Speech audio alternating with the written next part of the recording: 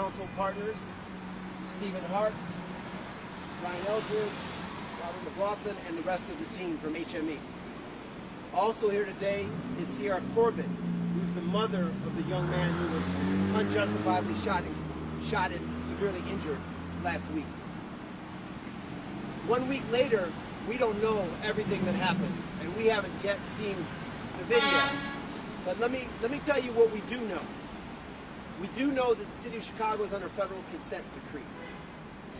We do know the city of Chicago has a pattern and practice of unjustified use of excessive and lethal force, especially in communities of color. We do know that in the past several years, there's been several foot pursuit cases that have ended in severe injury or death. Let's take a moment. Paul O'Neill, south side of Chicago. Maurice Grant, south side of Chicago. Pierre Lurie, west side of Chicago. Anthony Alvarez, Ricardo Hayes, and the list goes on and on. What we know is that this young boy, 13-year-old 7th grade boy, was unarmed. What we know is that the officers, based on witness reports, asked him to put his hands up. The young man put his hands up and was shot in the back immediately. What we know is after the shooting, the officers dragged his body away from that scene. And what we also know, at this hospital right here, this young man is fighting to be able to walk again. He has a major spinal cord injury. He has a bullet still lodged in his back. He talked to Mom. He likes to play basketball. He likes to ride his motorbike. We don't know if this young man will ever be able to do that again.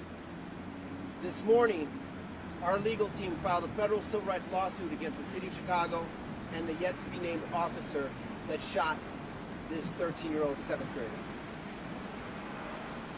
Ms. Corbett is asking for full transparency. She's asking for a full investigation. She wants to find truth of what happened and hold the officer accountable.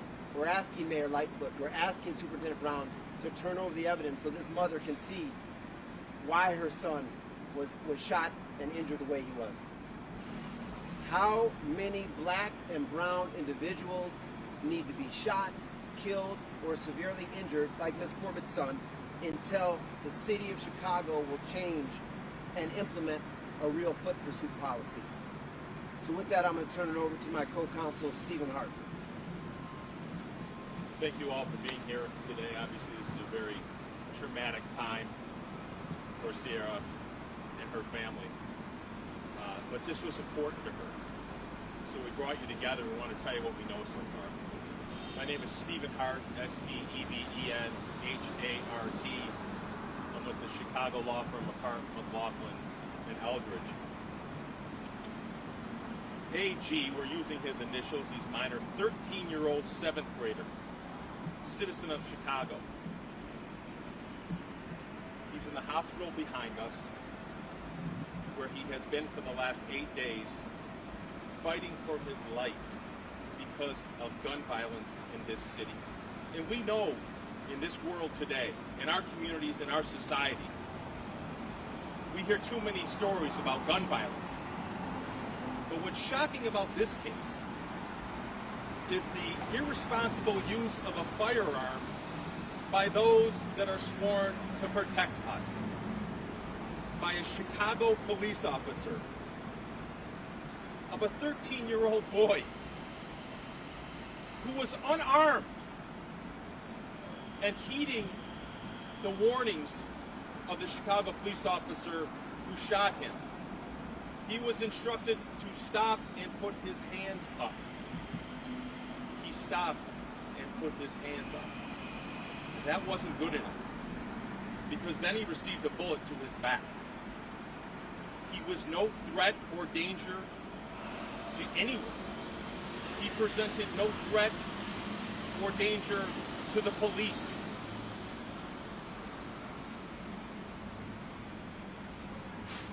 This must be examined. Sierra is asking for this to be examined. We must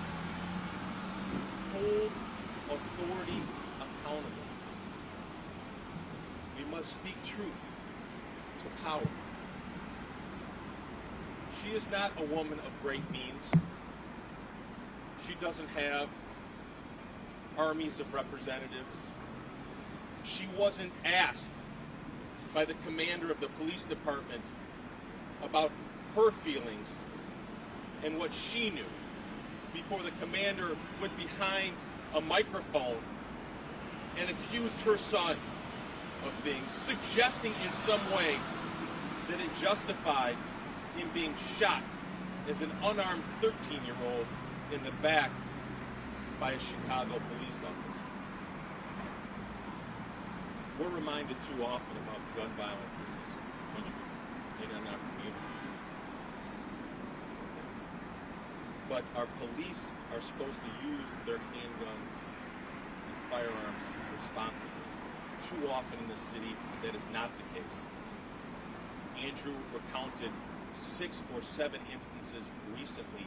There are many, many more. This is as much an institutional problem with the city's police department as it is the officer who shot AJ. There simply is not the appropriate emphasis, training, and care of officers who are carrying Chicago Police Department issued firearms. There can be no justification for opening fire on a 13-year-old boy with his hands up and who was unarmed. And so we're asking the city to be transparent. We're asking the city to produce all body cams, all video evidence. The community deserves it. Sierra and her family deserve it. AJ deserves it. We are going to fight for AJ. We're going to fight for the community, and we're going to fight for safety, because this has got to stop. Thank you. So next we're going to have Miss Sierra, Cierra Corbett, Corbitt, the mother of the 13-year-old young man. Everybody, all I have to say is that I'm just concerned about my child. He might not want to. Laying up there, cry all the time. Because he just wish he would have stayed in the house that day. Because he might not ever walk again. And it's sad because he likes to play ball, he likes to ride bikes, he likes to play football. He's been on the Chicago Vikings team, the Chicago Park District. He just won't be able to do all that again if he's never able to walk. And it's crazy because they had no reason to shoot my child. He complied with them, and all they had to do was grab him. All I want is justice for my baby. That's all I want. I don't really care about too much else. I just want justice for my child. So we will take a few questions if there's any. If not, it's going to be pretty brief today. Go ahead. In terms of the video, I know Copa has said they have body cam, third-party video.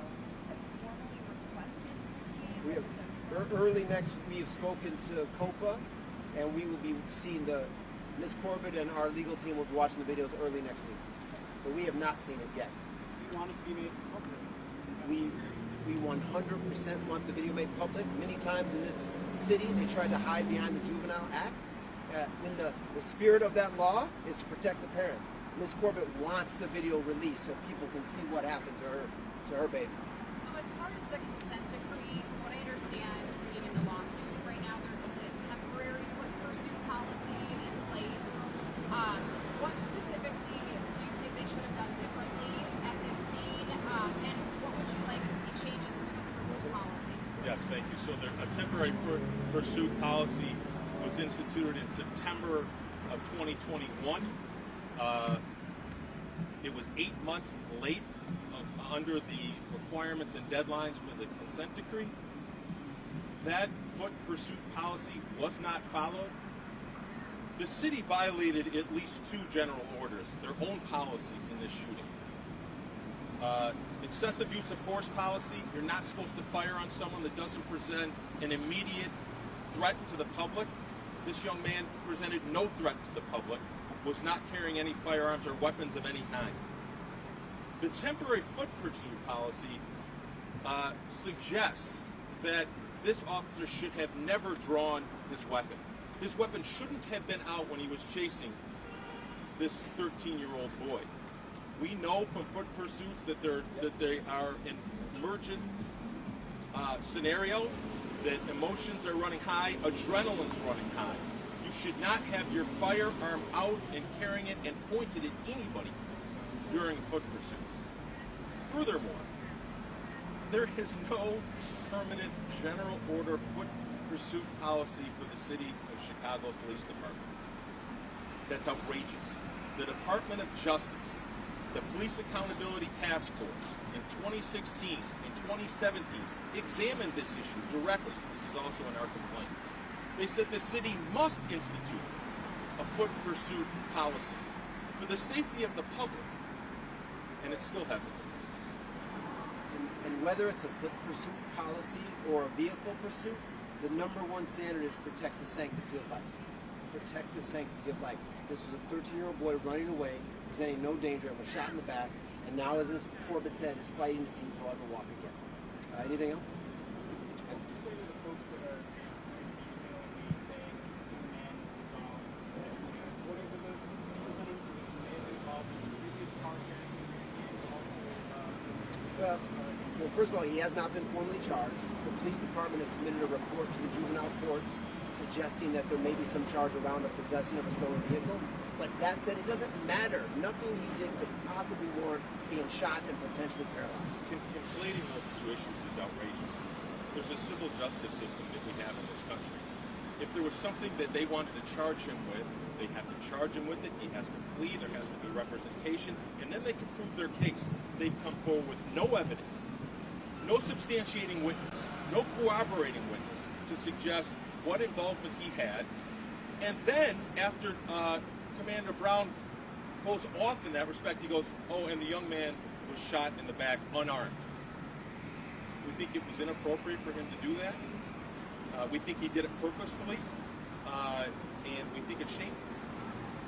Your point about not conflating them is well taken. Are you saying that Superintendent Brown was incorrect in what he said, or just that he didn't say?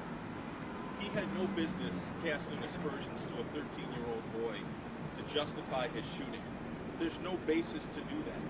Why he decided to do that is up for public debate. We have our own take on it. But in no way, shape, or form could a 13-year-old that's unarmed be shot upon. Even if he had been involved in some prior incident, which is yet to be established what prior incident, we're uncertain. And what's interesting here is that they're casting all these aspersions without coming forward with any evidence, proof, testimony, witness, or otherwise. So while you all go back to your jobs and Mayor Lightfoot says there's an investigation and Superintendent Brown says things that we don't know if they're true or untrue, Ms. Corbett is going back into Schroeder Hospital. She's going upstairs to deal with her son that may never ride a bike again, who may never play basketball again. So we're going to fight on behalf of this family to get justice, and hopefully the city of Chicago will learn that they have to have a real foot pursuit policy to protect folks, especially in communities with color. So I will add one more thing to that. I'm sorry. The community wants to understand the cycle of violence in this city. They want to understand why our city, perhaps more than others, has issues with violence. They need look no further than police shooting unarmed black and brown babies. The circle of mistrust associated with that is palpable, and it's a real issue. Talk about random gun violence. Here's a police officer shooting a kid that's unarmed. Something's wrong about that. And that's part of the problem. And I'm not the only one saying it. There's a plaintiff's story. The Department of Justice has said it. The Police Accountability Task Force has said it. And the chairman of the Police Accountability Task Force in 2016 and 2017 was Lori Lightfoot, our mayor. All right, thank you. For the mother, I know there's a photo of your son in the lawsuit. Are we able to name him? Would you like us to use his name or not at this time? That photo is okay. The photo is okay. Okay. And if you have any other photos, we could share them amongst each other. Okay. And And then, yeah, we'll get other photos, and you should all have the lawsuit. Thank you very much. Thank you very much. Can I ask a clarification? You referred to AJ a couple times. It's AG. It's AG. AG.